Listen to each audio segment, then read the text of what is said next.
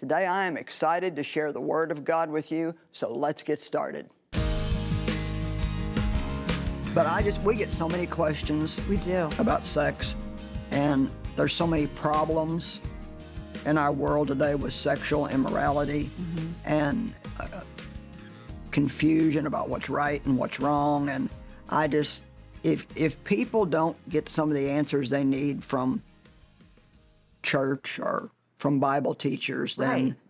I mean, it's our job to teach them and instruct them. And Paul taught about sex in the Bible. And so I feel like that we need to talk about it. So first I want to start by saying Can I say this real quick? I appreciate this about you so much. I appreciate that you're willing to go the difficult places, the deep things, the things that are important in life, and talk about it. I just appreciate that. And this has been one of those things that has been such an area that Satan comes in and tries to pervert, Right. and make it so different. And that kind of tells you how important it is. Right.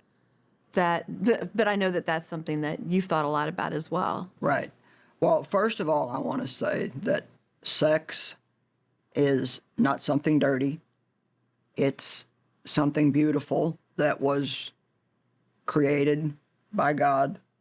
God put those desires in us. I think about in Genesis, after they fell into sin, and God told the woman that her desire would be for her husband, but she would bear children in pain. Mm-hmm. And so that desire was put there by God. And I think because of the way sex is perverted in the world today, the way it's made fun of, joked about, just perverted in every way, and because there's so much sexual abuse in the world.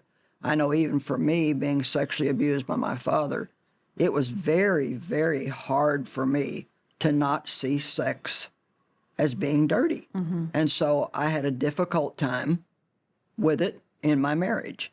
And so first of all, I think it's important for people, if you've been abused, somebody's watching that's been sexually abused, and you're having the same kind of problem that I'm talking about, first of all, know and just get the understanding that it's something God intended.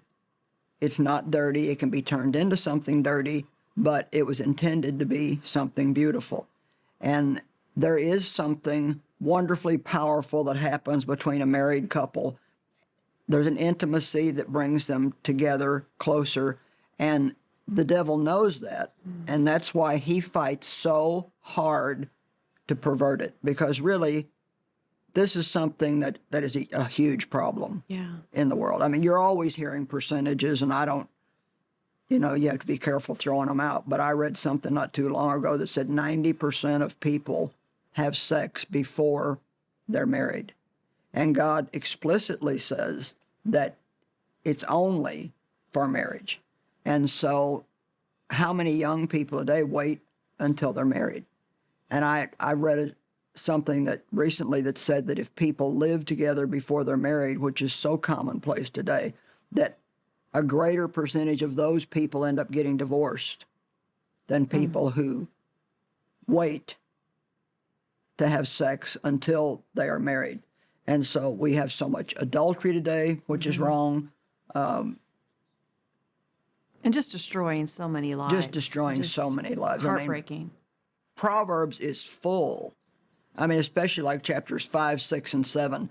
I mean, he just goes over and over and over. Now, Proverbs was actually being written to a group of young men that were in training, so he deals more with it from the man's standpoint. But he just goes over and over how you're destroying your life, and it's going to bring you into a place of death. And so the reason why I'm doing this today is not to put anybody under condemnation, but to help people understand that if you do the right thing, then you're going to end up with a life that is really going to be enjoyable. I mean, this is not something, it's not for condemnation. It can be forgiven like any other sin. But I think a lot of times, because nobody talks about this, some young people don't even realize that it's wrong. And there's so many people today that live together before marriage, it's even recommended to people.